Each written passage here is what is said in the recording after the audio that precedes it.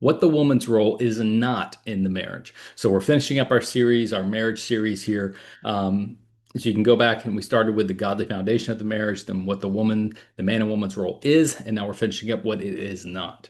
Now, today's is going to be a little controversial, and that's a sad thing because today's culture takes any side of submission from the woman in the marriage as she's being a doormat. And that is not what that is. And I'm going to talk a little bit about that today. And I've already talked about in previous devotions how important it is for the man to obviously value the woman. And you can go watch those as well. But I have to preface that, sadly enough, because of today's culture immediately goes to, oh, chauvinism, oh, toxic masculinity. And that's just not what it is. It's one of the greatest tragedies in our culture today is the distortion and the rejection of God's design for women in the home, especially within the marriage. Sadly, much of the confusion, it's also coming to the church. So let's lay the groundwork. Let's be really clear. A woman's role in marriage is not to rule over her husband. She is not called to lead the home. She's not called to direct the spiritual course of the family or to function as the head of the relationship. That's a reversal of God's created order. From the very beginning, God established structure. In Genesis 2, we're told Eve was created as a helper suitable for Adam. She was a helper, not the head, not the leader, a complement to his leadership. That's not cultural hierarchy. That's a divine design by God. And when that order is reversed, chaos, it always follows. We saw it in the garden.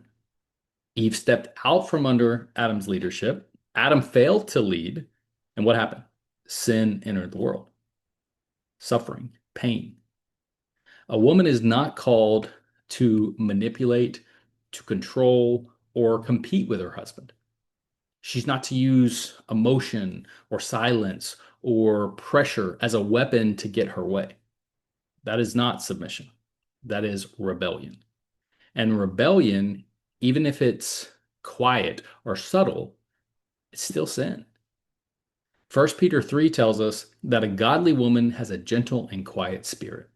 Now, that don't get me wrong, that does not mean that she's voiceless.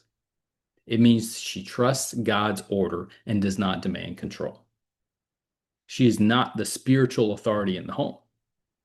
She may be strong in faith, and she should be, but her strength should not replace or undermine the role that God has given her husband. Her call is to support. Her call is to help, to honor. It's not to dominate or direct. So, you see it when women take on a role that God did not assign, they place a burden on themselves they were never designed to carry. And I'm also going to say this, being submissive, it does not mean being a doormat. It means being obedient to God. It means respecting the husband's role even when he stumbles. It means encouraging him to lead. It means influencing him in a godly character, but not controlling him. The feminist movement has tried to sell women the lie that submission is weak and the headship is oppression. But scripture tells us the truth.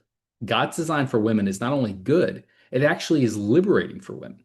A woman who rejects the culture's lies and embraces God's truth, she becomes a powerful testimony of grace and order, especially in this world that's just filled with chaos.